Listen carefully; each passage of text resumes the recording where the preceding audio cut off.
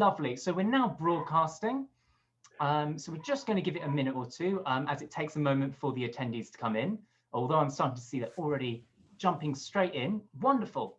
So for everyone who is joining the webinar, thank you for coming along today. Before we get started, I'd just like to let you know that you do please feel free to use the chat box at the bottom of today's call if you want to join in on the conversation. My colleague Ishan is also inside the call, so if you're having any technical difficulties or any problems with the webinar, do please feel free to use the chat function to get in contact with him, and he'll certainly be able to help you out. Lovely. So I see we've got loads of people inside the call already. Brilliant. It's great to have you. So I think we're going to get started with today's session. So hello and welcome back to iSpy 360's webinar series. This is our grand finale, our big debate, and we are overjoyed to have a fantastic panel of guests with us today. Now, today's debate is going to be looking at three separate topics, and those topics are the economy, climate change, and COVID-19. We're going to be moving through these three sections over the course of the debate and asking specific questions looking at how those elements are going to impact the real estate industry and the prop tech area. Now, on our panel today, we are joined by, as I've said, a fantastic panel of industry experts, leaders, and innovators. First up, we have Glenn Sanford, who is the founder of eXp Realty, CEO of eXp World Holdings Inc., and Chief Strategy Officer for Virbela. After being involved with a number of internet startups in the 1990s and the early 2000s, including a stint at AOL, Glenn started a highly successful real estate career in 2002, and it's just gone up and up since then. Next up on our panel is Alec Page, who is a vice president at Rep Ventures, an early stage venture capital fund based in Park City, Utah. This early stage venture capital fund focuses on real estate technology and is backed by over 2 million units worth of rental real estate owners and operators. Our next panelist is Eddie Holmes, who was an early advocate for the adoption of technology and the founding chairman of the UK PropTech Association. Today, he is the CEO of Unisu, host of RE Connect, the biggest event real estate has ever seen, and a respected leader in the field of PropTech. Next up, we have Gerard Lynchm, who is CEO and founder of Rise Media. Gerard has been at the forefront of real estate marketing in the US for nearly 10 years and has established himself as a true innovator with a focus on changing the way realty is presented through cutting-edge digital solutions. Next, we have Nigel Lewis, who is editor of The Negotiator and an award-winning seasoned property journalist who has worked for numerous national newspapers, websites, and magazines across the UK and beyond. Next, we have Sean Soderstrom, who is an associate partner in McKinsey & Company's New York office and co-leads McKinsey's work in residential real estate across North America. And last but not least, we have Paul May, who has been serving clients in the Las Vegas Henderson area for 20 years. A former corporate broker and partner who opened Keller Williams Realty Southwest, Paul is now the team leader, broker salesperson, and an icon agent of the most innovative real estate company in the United States, eXp Realty.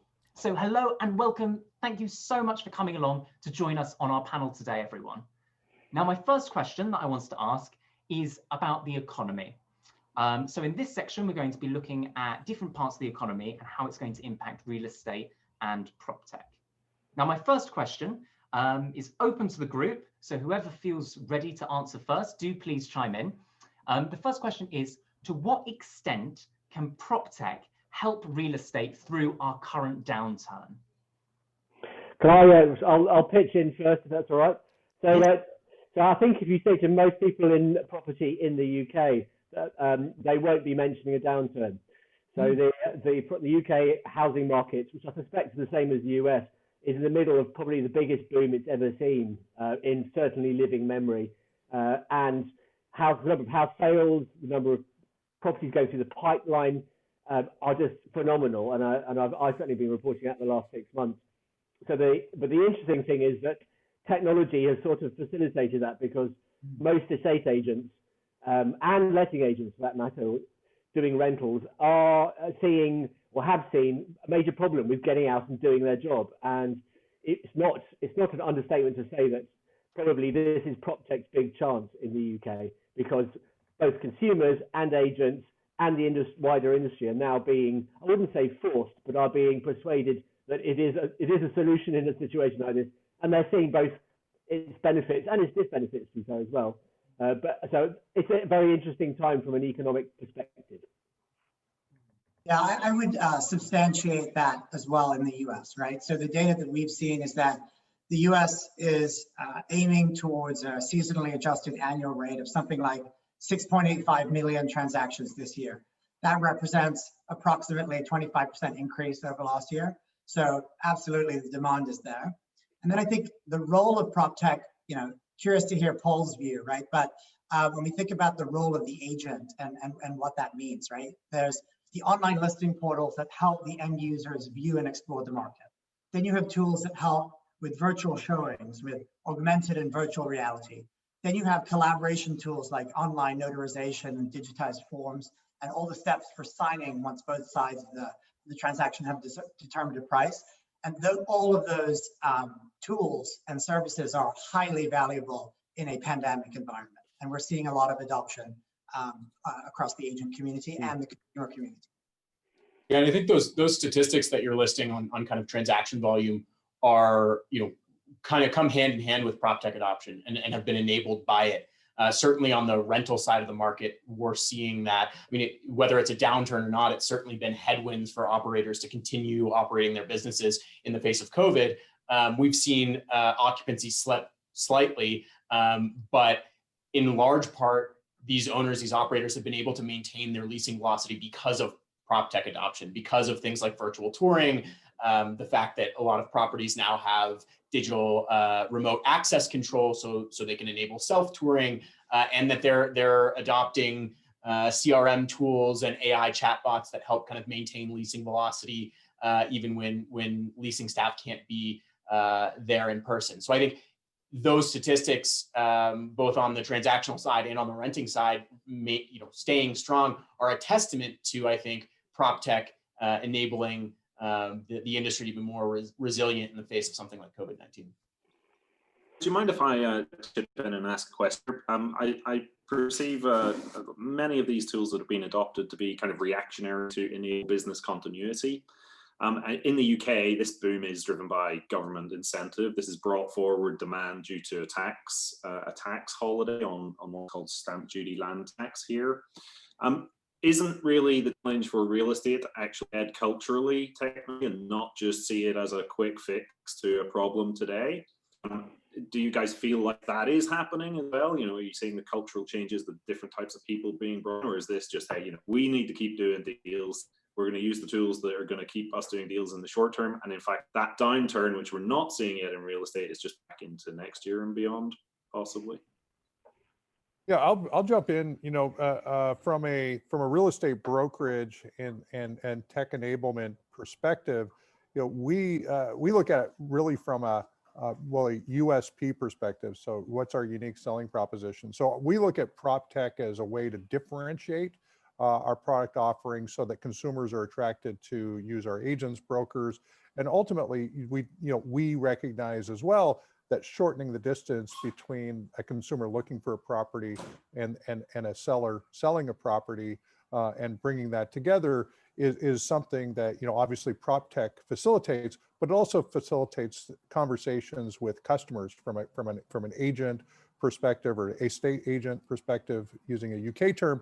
But here in the US, we talk about, you know, how do we generate leads, and then how do we help people do what in a lot of their minds is one of the more difficult transactions of life, because they do it so few times in life.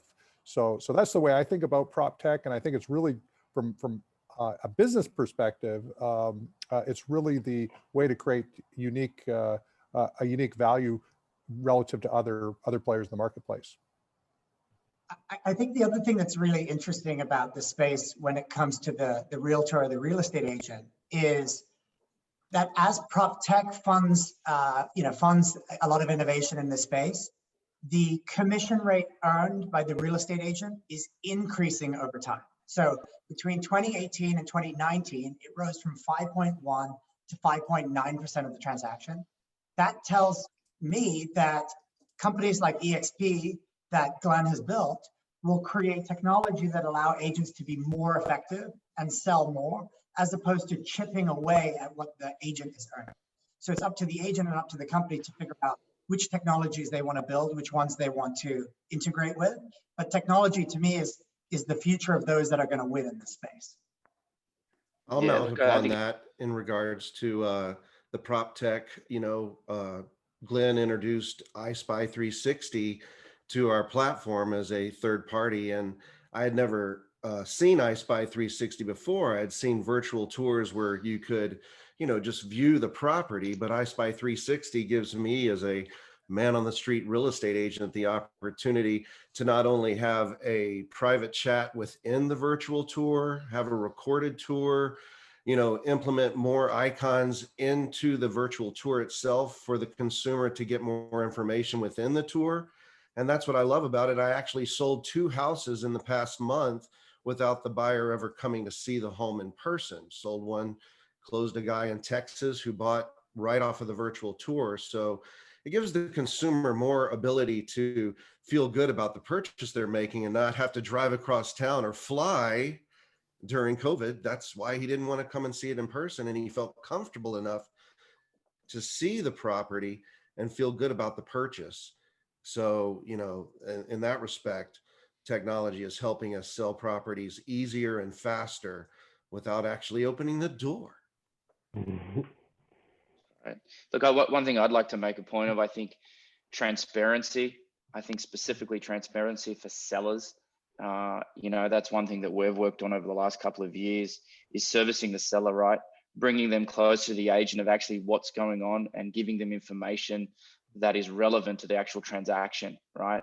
And I believe, that's definitely something that proptech does, and definitely what we're doing is servicing the seller, showing the agent's efforts, right? That they're spending the money on marketing dollars, they're doing the showings, they're doing the opens, they're getting the right exposure for the property in the first 4 weeks, right?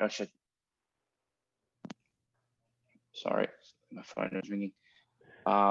And just really showing that the sellers that they're doing their job. And I think by doing this, it shows that the price point's correct, right? Or it's not correct, because if you've got a lot of exposure but nothing's happening, there's no offers coming to the table, then it gives the conversation a much easier discussion to have when you've been servicing the seller on a live basis. I think one aspect of this which probably does need a debate and hasn't really been made yet within the industry is that technology has been adopted largely by agents who have lower fees. And a good example of this would be Purple Bricks, which American attendees to this webinar will be aware of, as well as the English ones. And so to a certain extent in the UK, the technology-enabled platforms and the way that people can both buy online and have their house sale process managed online by people like Purple Bricks. I mean, a lot of people do it, but Purple Bricks are the biggest. It has created, I think, others may disagree, has created this impression that technology somehow enables lower fees. And I think certainly there are some traditional agents who have a view that that's not necessarily a good thing. And it's okay with people like EXP, whose model is all about being online. But more traditional agents are more cautious about using technology because they don't want to be seen as, driving down the service, or appear to be driving down the service. And I'm not saying that's true, but that's a debate going on in the industry at the moment. I think it's fair to say. Definitely, yes. And I know I've actually got a few questions later on that I want to push deeper into that and sort of look at that relationship between how technology is impacting the individuals. But what I want to ask now is, according to Schroders, house prices have risen from around 4 times average earnings in the mid-1990s to more than 8 times more recently. Affordability has deteriorated for first-time buyers, contributing to home ownership rates falling to around 62.5 to 63.5% in the last 5 or so years, levels that were actually last seen in around the early 1980s. What do you believe is the future of home ownership for my generation? Should I expect the future to be all about renting, for example?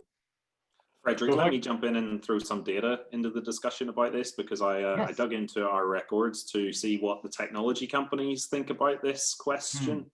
I went back 2018, 2019, and 2020, and I examined the the new startups from each of those years and the proportion that focus on either rental or buying. And I don't know if this is going to be good news or bad news for you, but there is a much greater proliferation of startups in the market, especially from 2018, where we saw 2/3 of the market focused on buying the property. That still remains the case. There's still a majority, 60% in 2020 so far, focused on buying, but the numbers are declining quite sharply. We've really passed the peak now, from 102 in 2018, 47 in 2019, focusing on buy. So the innovators out there, certainly by volume, are saying the future is, I think, look right for you. They're going to try and help you to buy and become a homeowner. Excellent. Well, that's a weight off my mind. But how does everyone else feel? What have your sort of experiences been, and where do you think the market's going to start moving? Yeah, you at the end of your question, you kind of asked if the future is going to be about renting. I think we have seen kind of a general demographic trend over the past several years towards renting, but I will say that I don't know that the numbers look that much better on the rental side in terms of affordability. These numbers are a little bit outdated, but I think it was 2001 to 2015 that inflation adjusted rent relative to income grew by almost 50%. So it's not like renting an apartment versus buying a home is that much better of a deal. And at least now we're seeing across the board, access to debt being cheaper than ever. And we're starting to see kind of home ownership, at least this year, make a bit of a resurgence. And part of that is because of this renter affordability issue. Part of it is because you can get mortgages at a cheaper rate than historically you've been able to. And we're starting to see that in terms of supply catching up. I think most of the home builders here in the U.S. are increasing their capacity, their pipelines of homes that they're going to build next year to meet that demand. So I think we're not seeing kind of the death of home ownership. We are seeing some technology out there around kind of fractional ownership that might address the home affordability issue, and we're certainly seeing that tech on the renter affordability side. But I think housing affordability is an issue across the board, not just on the buyer side. Yeah, I think those are really great points, right? And I love the anchoring in the numbers that the attendees are bringing today. So one other stat is the rate of U.S. sales that came from first-time home buyers between 2018 to 2020, or sorry, 2017 to 2020, rose from 28 to 36%. So first-time home buyers, in spite of this lack of affordability, are representing more of the sales, right? That's more concentrated in less expensive cities than New York and San Francisco and LA. And I think what's interesting that Alec was starting to get to is there are a number of prop tech and prop tech related companies that are attempting to tackle this lack of affordability problem. So you have Divvy that helps with fractional ownership. You have Unison that helps with co-investment around the down payment. You have Home Partners of America, which will buy the home, lease it back to you with a right to purchase agreement. These are all really innovative models that are specifically targeted towards people who are making that decision between renting and buying. And I think folks like Paul, who actually are closest to the consumers, will say, many people are actually making that decision between the two, and they're trying to make the calculations between should I rent again or should I buy for the first time? And yet many of the products that compare, don't actually compare those markets very well, right? Even the online listing portals, it's typically a rental search and then totally distinct as a sales search. And there's very little connectivity between the two, which I think is an opportunity for the real estate agent to play that and to coach people through that, and also to bring them awareness towards some of these new platforms that specifically target that lack of affordability. I would agree with you, Sean. I'm a big proponent of reaching out to the renter and saying, look, there's a better way. One of the products that's being promoted here in Las Vegas and across the country is Trio. Trio is an awesome program that gives the renter the opportunity for a small fee to participate in a rent to own. In normal lease options, when you have a seller, typically the seller's trying to gouge that potential homeowner, renter, buyer with a huge option fee. And sometimes it's almost a situation where a seller is trying to make that potential renter fail because they want to keep the option money and turn around and rent it again. And ultimately with Trio, it takes that seller out of the picture. They buy the property, and then the potential renter can truly become a buyer through education, through improving their credit, and within 3 years purchase the property for, I believe, a 1% fee above what the original purchase price was. So those kind of products are great to promote to renters and try to, help them with home ownership. So a youngster like you, Frederick, could jump in for a relatively low fee and become a renter that's soon to be a buyer if you do all the steps correctly. So those are the kind of things we're trying to promote to renters. Yeah, I think there's another part of this is really the psychology of home ownership. I mentioned before before we started this call, I'm actually traveling the country by motor coach. So, working from anywhere does sort of tie into, what's going on. I don't know, we'll talk a little bit about COVID and some of the other stuff, but, work from anywhere has been accelerated by, 10 plus years just in the last little bit. And so what I'm seeing in other countries, like in Australia, home ownership's not big for the place you live, but it's, everybody has some interest in a rental property for someone else. And so everybody's a renter, but everybody's also a landlord, or that's the general way that things go. And that creates the ability to be more flexible around where you live.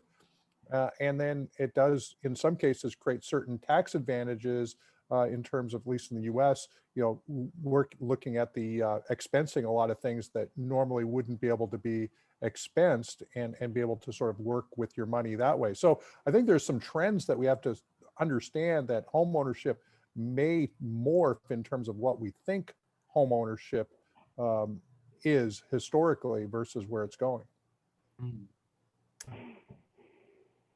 Certainly, no, I agree. And I think with the sort of rise of proptech that we're starting to see, I know we've mentioned quite a few options that are available, but what sort of options are you guys all seeing that are sort of developing now that would help me in 5 years' time or so to actually get onto the property ladder? Well, obviously, being in the UK, which I think you are, aren't you, Freddie? So I was about to say that I think probably a lot of Americans or Australians wouldn't realise that how much help first-time buyers get in the UK.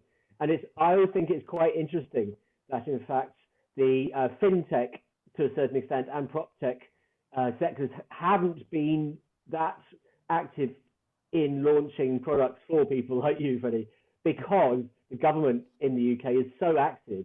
It's to a certain extent, it's quite surprising that anyone is renting in the UK, given that the UK government is very, very keen to lend you money and give you part shares in properties in a way that basically the government in the UK is the main provider of help to first-time buyers who don't have rich parents or big deposits.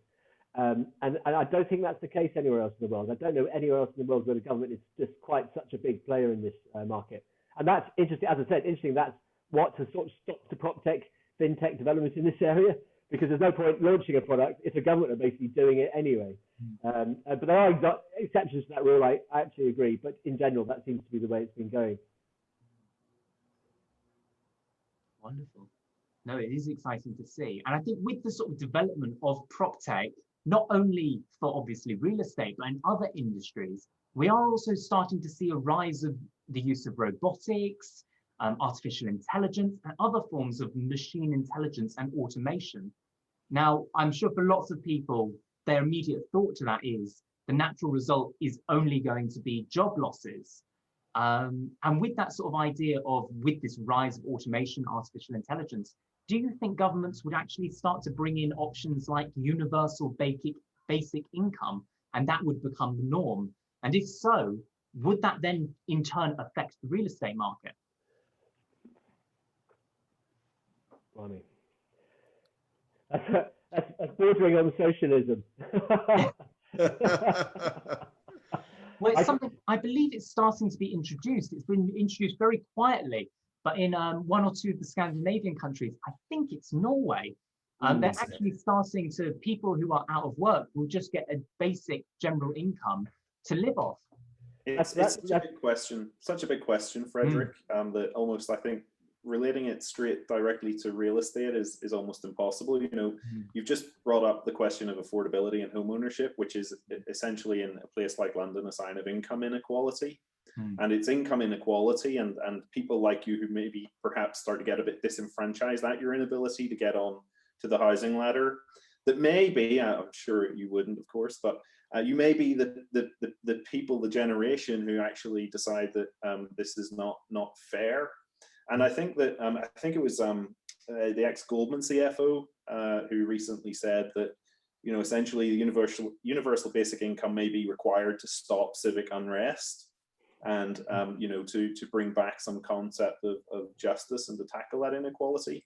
Now, if it resolves the issue and allows everyone to get on the property ladder, then cool, you know, peace and love might break out. But if income inequality keeps going in the direction it's going, we may have much more serious problems than housing market transaction levels.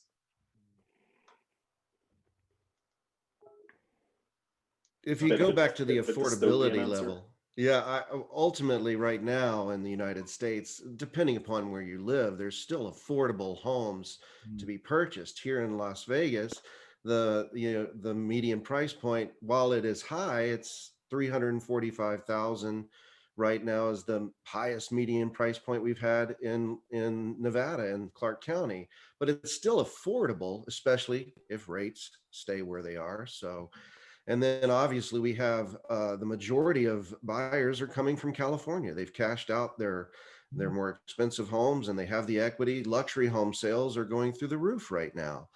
But I'm a bread and butter guy. I'm typically $350 to $500 is my average sales price. And that's still affordable for people in Nevada. So I'm lucky in that respect. As far as a universal pay scale, I that's above my pay grade, to be honest with you. Wonderful. Well, do you know what I think we'll do? I think we'll move straight on to our next topic. So this is our second section of the debate, where we're going to talk about the big thing that's on everyone's mind, COVID-19. So the first thing I want to ask, I know it's a big question, everything is sort of theoretical in how the past few months have affected us already. But do you feel that the long-term effects of COVID-19 are going to have a lasting impact on the real estate industry?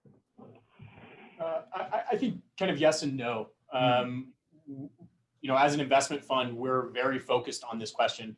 It's kind of consumed us this year with trying to identify what trends have been accelerated by COVID-19 that were otherwise inevitable, right? Technology adoption that was going to happen over 5 years and happened this year, versus what is kind of a reactionary, just kind of, damage mitigation, decision that operators have made in order to kind of keep their businesses running, whether they're brokers or managers or whatever. And so I think there are certain categories, and virtual touring is certainly one of them. Access control, smart apartments. That's I think something that's also been accelerated. Online leasing. Those are things that might have taken longer, but and I think are inevitable that the market will kind of adopt. And are absolutely long-term lasting impacts of COVID-19. I think other things probably aren't so much. I think air purification, right, is something that a lot of rental apartments have invested in because it's a marketing tool this year. I think a year from now, 2 years from now, we won't be hearing much about that at all.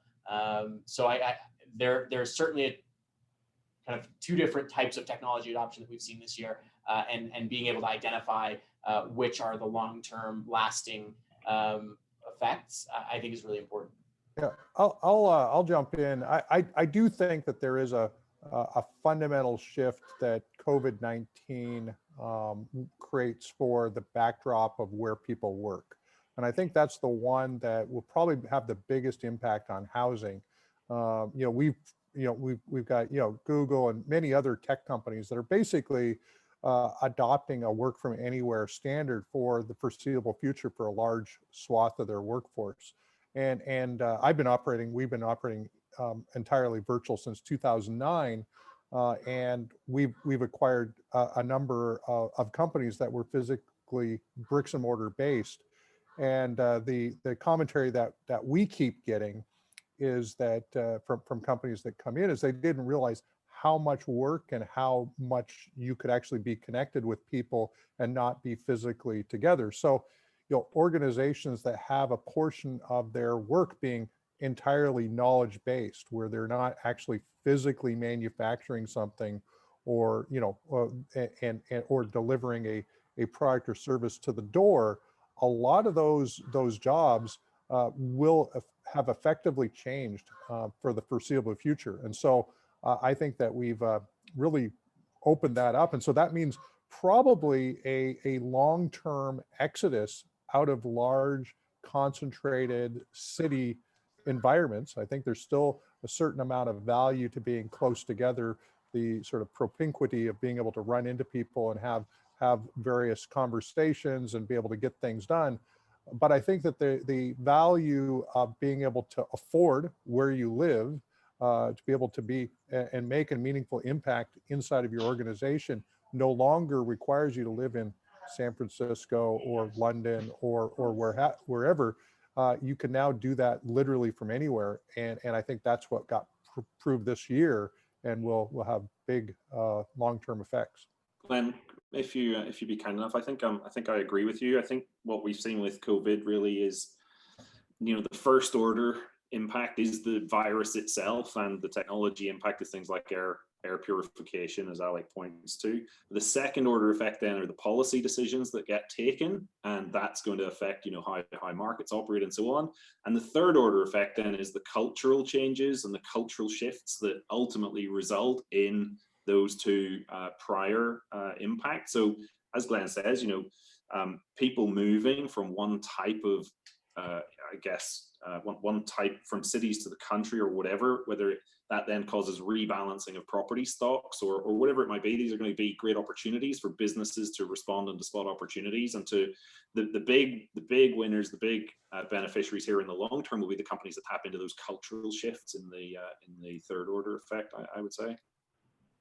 It's also interesting to think about this from the perspective of the real estate developer and owner, right? So if I own a portfolio of 20 skyscrapers in New York, and suddenly I begin to believe that it's only the Class A properties that are the ones that the offices are going to want to sustain because they only need a third of the footprint they needed before the pandemic, because certain jobs don't need to come in at all, to Glenn's point. Certain jobs can come in one day a week, and that's for those serendipitous interactions. And certain jobs do need to be there in person. So suddenly, what do you do with the 2/3 of your portfolio that you had underwritten as office rent in a place like Manhattan? And I think many of those developers, zoning permitting, will begin to think about creative uses of that space, whether it be hospitality, whether it be storage, distributed data warehousing, dark kitchens, right?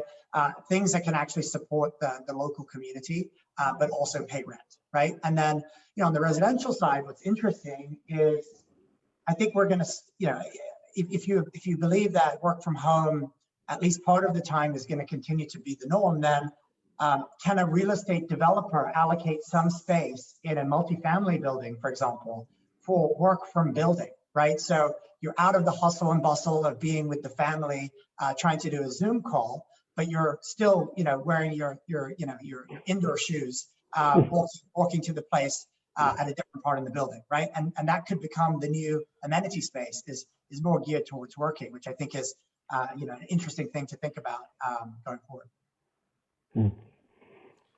Well, Mr. Glenn Sanford has given me the opportunity to work from home, and I'm very thankful for that. And the fact of the matter is, there's Zoom fatigue quite a bit when it comes to working. So our EXP World platform is a lot more user friendly. We didn't stop when it came to COVID. We actually, it kind of drove the agents to actually embrace the technology that Glenn has brought to, the forefront. We had 50, 60 agents in our broker meeting on Thursday. So the work from home aspect is definitely, going strong with this type of technology, which I'm very happy to be part of. I wanted to talk about what I'm concerned about when it comes to what we're about to experience on a local level is, and maybe Alec can jump in and answer if his hedge funds are going to start providing funds for this type of situation. But right now there's 195,000 homes in the Clark County area that are either not paying rent or not paying a mortgage. And soon forbearance is going to end. And I'm concerned as a real estate broker about what's going to happen with our inventory. So, the things that I think about, how can I help a seller who can't refinance because they're not currently working, can't do a cash out refinance, but they do have equity. Back in the mortgage meltdown, I implemented a program called short sale lease back buyback. Through the opportunities that were afforded through a clause in HAFA, we were actually able to help homeowners stay in their short sale their home, stay in their home, and actually buy it back. Well, now we have, hundreds of thousands of homes that probably have equity, but they're soon not going to if forbearance continues, if they don't have the ability to pay their mortgage. So I'm thinking that we need to put together a fund that's willing to allow homeowners to sell, cash out their equity, but also maybe have the opportunity to continue to rent back until they're back on their feet economically. I don't know if that's some sort of a platform that you're looking at as an investment portfolio, Alec, but that's something that I think we're going to need in a big way in the very near future. What are your thoughts on that, Alec?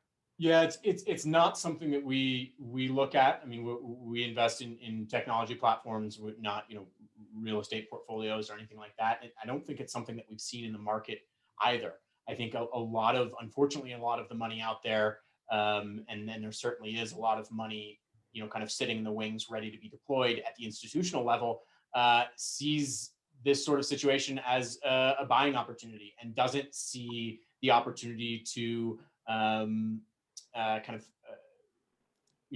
help with homeowner or renter affordability as much as, coming out of 2008, coming out of kind of that downturn, great foreclosures, people, overstretching themselves on affordability means an opportunity to make a lot of money, right? To come in and purchase homes on a broad scale, build a portfolio, whether you're going to operate that as rentals or hold it and sell it as the market recovers. I think, the incentives are there to take advantage of the buying opportunity more so than to help with the affordability issue, which I agree is a problem. Fantastic. So I think we're going to move on to our final section of today's conversation, and this is going to be sort of regarding climate change. So the first thing I wanted to ask our panel is, do realtors have an individual responsibility to be eco-friendly in their practices, or should their environmental impact be dictated by government guidelines? I was going to say that one area where I think probably the government should step in, and probably might step in fairly soon with in the UK with a tax incentive or tax push rather than pull, let's call it, would be most estate agents run very large fleets of cars. Even a small estate agency in the UK has probably got 3 or 4 cars. And I know there are some honourable exceptions to this, but most estate agents don't run electric fleets yet. So I suspect if there's one area where tech and the electrification of the vehicle fleets is going to make a big difference, it will be estate agencies. If you think about most towns, how many estate agents are driving around in cars, crisscrossing, going to valuations and appraisals, and client meetings. It's quite staggering, and certainly in London where I live, most a substantial amount of the traffic is estate agents driving around.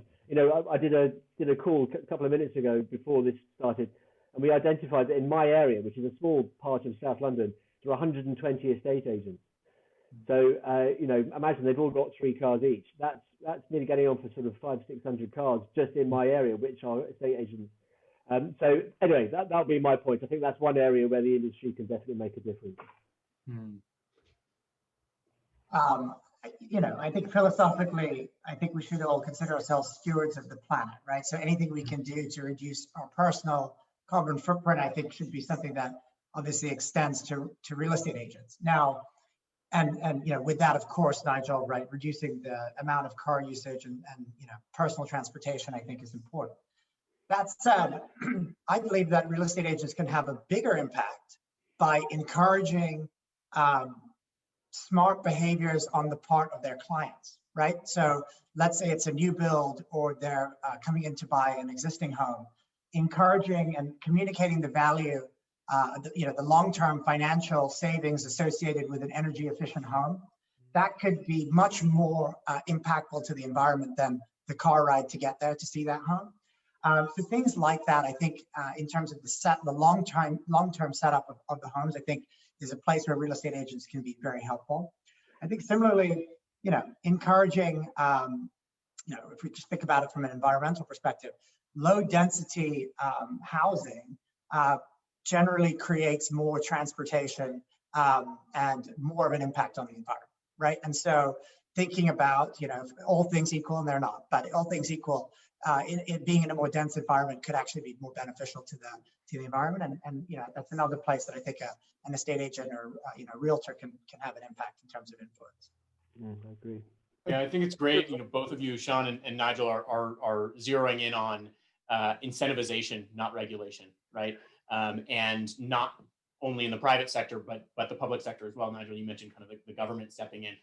I think whether you're a builder or an agent, of course, we all should feel that individual responsibility to be eco-friendly in our businesses as we see kind of the effects of climate change on real estate. It's something that kind of as an industry, I think we need to be aware of, but it needs to exist in the public sector as well from the government in terms of incentivizing the correct behavior. There will always be kind of negative externalities that arise from the profit motive, right? If you can look at industrial construction and then operation as a prime example, right? And the pollution that will ultimately arise from it. And you can come in and you can regulate and you can kind of put in place rules and penalties. But I think where we've seen far more success is tax incentives and kind of other credits.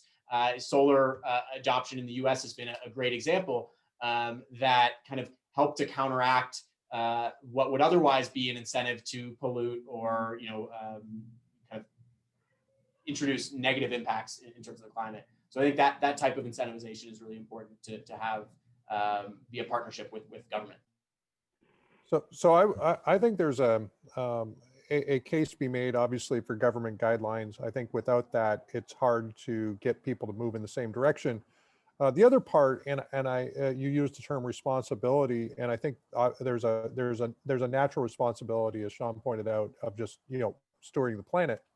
However, I always think about it from the idea from a marketing perspective, and a lot of times, once we're all thinking the same way, and the number one or number two, depending on what's going on in the economy, generally it's either the economy or the climate. Those are the two most important things that people have on their minds, and so agents who take it on themselves to make that part of their pitch, their what they stand for, they're actually going to just generate more clients, and there aren't enough agents actually doing that. And so there's a great opportunity to actually shift and become more of the eco broker or the eco estate agent, and to talk about those things and socialize the benefits of all of this stuff as a marketing tool, because it is so top of mind for our customers. So I think about the idea that one, yeah, there's a responsibility, but that isn't for a lot of agents, unless they understand the financial benefits of taking action in that direction. A lot of times they'll go, yeah, that's a great idea, but they'll make an excuse for not doing it. But once they understand that there's a true financial benefit of being the source of information around this, being a mentor of people in the space of how to do it, they'll actually get more business, because there's a big lack of agents doing that today. Certainly, yes. Now, I know we've spoken a little bit about regulation and incentivization, but how realistic do you think it is that we're going to be able to start implementing eco-friendly designs into new builds, or even updating existing builds with whether it's add-ons like solar panels, or if it's even like self-generated electricity? I know there's actually at Columbia University, they've swapped out all of the doors there with revolving doors. So when people push through, the revolution of the door is actually generating the building's electricity.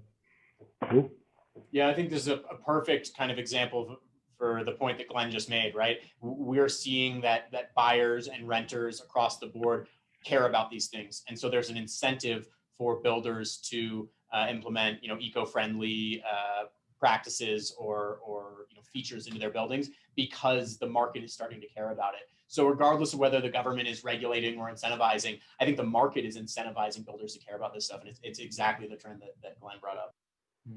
Here in Nevada, we have obviously more sunlight than most states.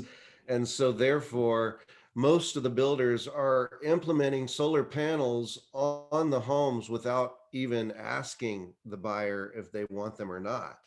They establish, a small set of solar panels to give them the opportunity to plug in and utilize solar as part of their energy efficiency. And then they can mount upon that by adding additional panels and, ultimately eliminating their energy bill. So the builders here are absolutely taking that into account and giving the consumer the ability to easily plug in to utilize solar. So it not only helps us as far as climate, but as economically, as far as their savings. 20% typically on average is what they save in a power bill by utilizing solar. Paul, do you think that that'll persist as the kind of tax credits roll off? I know, they're already beginning to, and in future years, they're going to decrease. And, depending on what kind of a new presidential administration here puts in place, I mean, do you think that as those tax credits decrease, that trend will persist and that solar will still kind of have the tailwind that it currently has? I know at one point solar almost went away because of energy intervention. There was a fight going on. Now it seems like it's, as far as in Nevada, it seems like we're now starting to embrace solar, and there's going to be credits. As far as will they roll back the credits, I am concerned about that, because ultimately it's going to put us back into being, have Nevada Energy still be in control. But I'm hopeful that our governor and our state legislature will allow credits to continue to be in place so that we can truly have solar panels in every single home in Nevada. Yeah, I think one other place that real estate agents can have an impact, right, is picking up on the theme that I fully agree that Alec mentioned, which is the owners and developers and operators are motivated by demand, right? If they see this as an opportunity to put in a wellness apartment, which is like a bundle of services, or a smart home, or an energy efficient building, if they see that as a way to increase NOI, decrease frictional vacancy because someone's more likely to stay there for 2 years, increase the rent paid, decrease the operating cost of the building, those are things that they would be motivated to do financially. And the real estate agent can help communicate that to the property management staff, to the owner, to the builders, to say, listen, if you retrofit energy efficient components into this building, we'd be, my client would be willing to pay this much more, right? Because they're doing the math on the ongoing savings that they could earn. And so continuing to feed that demand side back to the people who are actually building and running these homes and apartments, I think is another way that real estate agents can influence how these things are built and designed. Mm. I also wanted to ask Gerard, have you seen any sort of trends in real estate marketing, particularly looking at sort of eco-friendly designs or just the environmental impact of buildings and space? Well, in our market, and I'm talking a unique market, the Hamptons market, I think a little bit to Glenn's point, agents have aligned themselves with builders that are sort of going down this trend, right? There's this sort of zero footprint. So yes, in this particular market, certain agents, not many agents, have aligned themselves with builders and developers specifically that are actually building, in an eco manner. Mm. Mm. I think it's interesting looking, especially at sort of the Hamptons area, as we're sort of starting to see a worsening impact of climate change, whether that's rising sea levels or natural disasters. How do you see that sort of impacting where people live? Are people going to live differently? Are they going to move to different areas? Or is it actually going to be a case of adaptation and building two spaces with that new condition? The Hamptons is a fairly unique market, right? The oceanfront properties, there are very specific, strict guidelines of how you build, right? In short, basically if the sea level rose and came through, the water's going to be able to come through the bottom of the half of the property. So, and look, you're talking at a very high end market, right? That's generally $10 to $20 million plus range. So the effect, no, these people that have these sort of homes have a lot of money, so they are either rebuilding their home. But I think going back to another point, a lot of this market's been booming, as a lot of markets have been, but I think a lot of people have seen the value of space, right? And have moved here, right? And going into, say, for instance, New York City is been a challenge for a lot of people in multiple sectors, whether it's finance or you name it, where they can work. For me, I've been in that sort of model for 10 years, where I spend 2 or 3 days in, say, the Manhattan market and then come back out. So, from that perspective, I've seen a massive change, and that's now going to be the future, right? Where people are going to live in a certain market and sort of attend offices and meetings and so forth on a demand basis when it's need to happen. I'd also like to open that question up to everyone else. What are your sort of views on climate change, how it just impacts environments, whether that's desert environments, coastlines, and how people will live as the planet does just naturally start to change?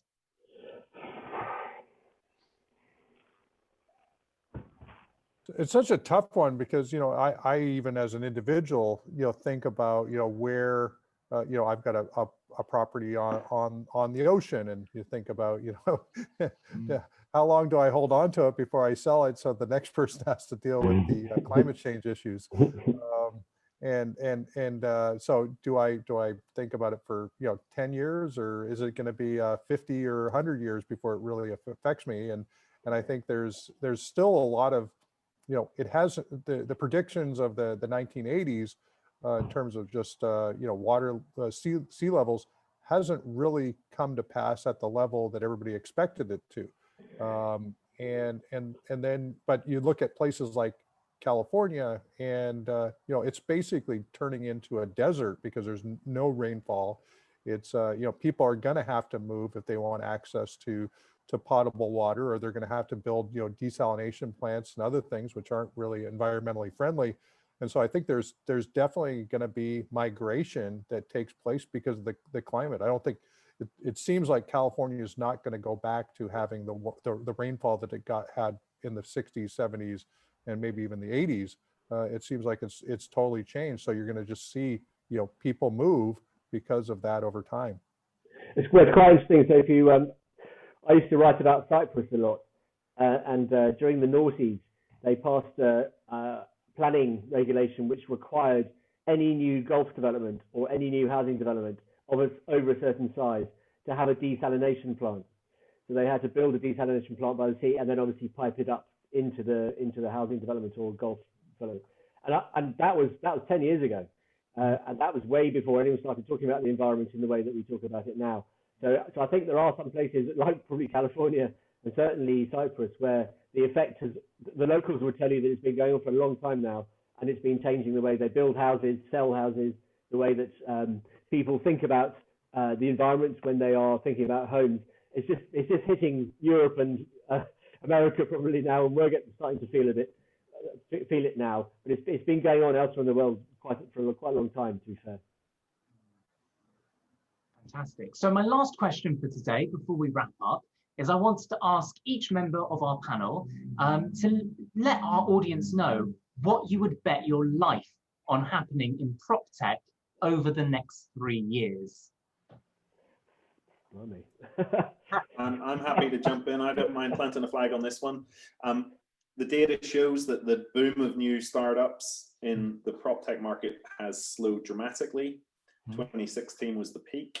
What we're going to see is a big consolidation in the 8,500 to 10,000 businesses that are out there into businesses that are much more than single product applications.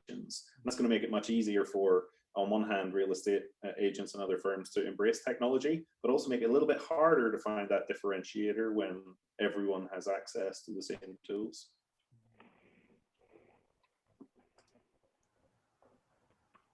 Who wants to go next? It's a question, I know. Yeah, I do, and I have a vested interest in this as well, but I do think that virtual reality technologies are going to definitely mature quite a bit more in the next few years. You've got Facebook and HTC and a bunch of people investing heavily, Microsoft, into this space. The ability to literally really go through the home. I mean, you've got the Matterport, you've got the iSpy, you got some other technologies, but the ability to truly preview homes, to be able to have conversations, to be able to do things in VR and augmented reality, the ability to bring that technology in a way that engages consumers, I think is coming. I also think that there's definitely, I think blockchain, a lot of the things with regard to the whether you think about chain link and Ethereum tokens and how that all sort of plays into property transfers and being able to create immutable contracts. I think that's still that's still coming, and I think if we go out 3 years, I think we're going to have certain types of crypto contracts that will actually be truly recognized and enforceable in the larger property ecosystem.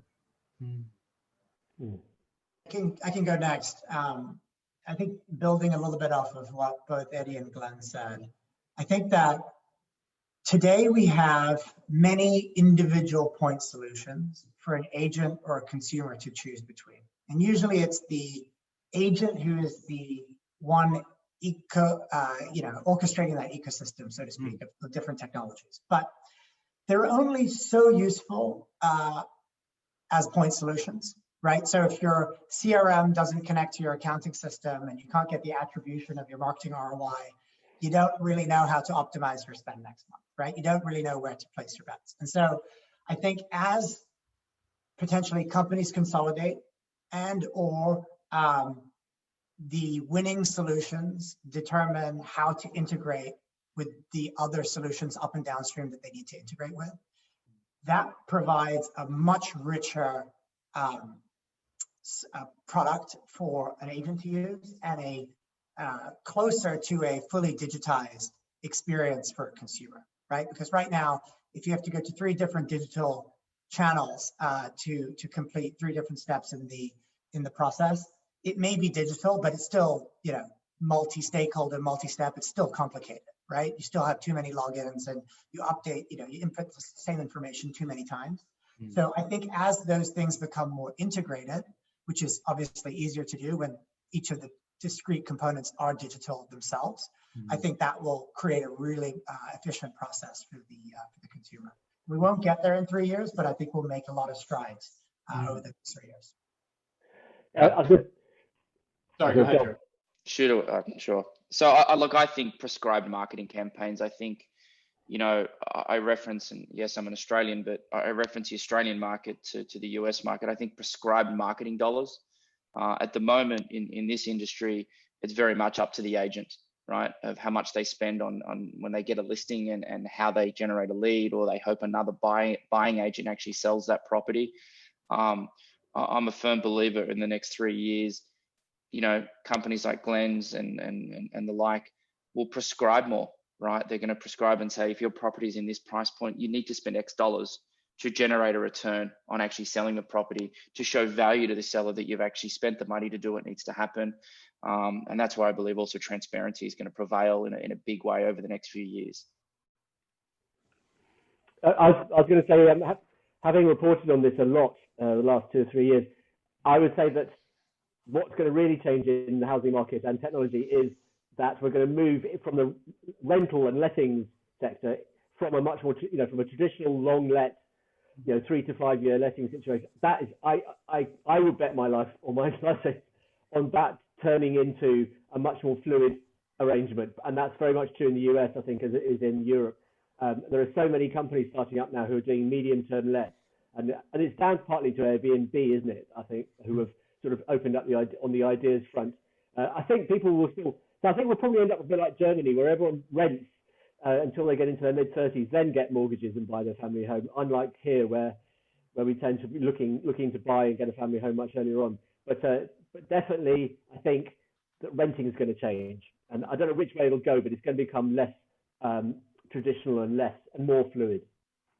Absolutely, yeah. So what I was going to say is actually kind of similar. I think that the time to close or the time to sign, if we're talking about leasing, will decrease over the next 3 years, probably by a factor of 2, as much as a factor of 5. I think we're going to start seeing the leasing process for long-term rentals start to look like what hotel and Airbnb bookings look like. I think in the next 3 years, we will see one-click leasing happen, right? Of here are my dates and I'm booked, as opposed to the long process right now. And that's enabled by a lot of things, including virtual touring and advanced kind of automated underwriting, et cetera. And I think on the home buyer side, which is admittedly a side of the market that I'm less familiar with, I think we'll start to see that process start to shorten and look more like the long-term leasing process, where underwriting is quicker, where mortgage application is quicker, because we have more technology, and there's regulation that needs to catch up to that technology, but we have technology to allow that process to be significantly shortened and made more efficient. And the longer the process, right? So on the buying side versus the leasing side, the bigger the pain point is, because it's a long and onerous process, and the documents that are required and the underwriting that's required is a real barrier depending on the market. As the man on the street, I'll basically state that I believe that because of everyone needing to have more connectivity through Zoom conferences, I'm able to now connect with the consumer, and they're not as scared to connect with me through a Zoom portal and let me share all of the information instead of me driving to their home, sitting on the kitchen table and sharing information with them. I can do so much better job showing the data, showing what homes are selling for in their area, using interactive CMAs. If I could sit here and have 10 appointments instead of driving all over town and meeting with people in their homes, I'm much more efficient at being able to help everyone when it comes to understanding how much they can sell their home for and how much they're going to walk away with at closing. So if we can embrace technology as real estate agents and connect with the consumer in a WHF fashion, work from home fashion, it's easier for us to get our jobs done, and it's easier for the consumer. And I believe now that everybody's embracing this type of technology, Zoom. I have 88-year-old, grandparents willing to get on and have a conversation with me in this platform now because they were doing it with their grandchildren earlier on in the day. So that's something that I'm seeing as being a more of a comfort level for the consumer to connect in a prop tech fashion. Incredible. Brilliant. I think that's all incredible insights, and hopefully in the next 3 years, we're going to see that change really sort of take place. The future is now, as they say. And I think what we're seeing in real estate and prop tech is really exciting right now. And it's only going to get more exciting as we move forward. And hopefully, once we're out of sort of lockdowns and COVID-19 just evolving even faster and getting even more stuff done. Well, I'd like to say that's going to conclude today's session, but thank you so much everyone for coming along. It's been brilliant having you all. It's been a fantastic discussion, and I've really enjoyed it. So thank you for coming along. Thanks, Frederick. Thanks everyone. Thanks, Frederick. Perfect. Well, for everyone watching at home, that's the last webinar session for this year, but keep your eyes on iSpy 360 as we will be having more sessions start up next year. And we'll be sending out more information about that as and when we start to launch our next series. So until next time, have a fantastic holiday season. We're 1 week from Christmas, so get ready for Santa. And until the next time, keep it 360. Thank you so much, everyone, and have a wonderful weekend. Bye. Thank you. Happy holidays. Happy holidays.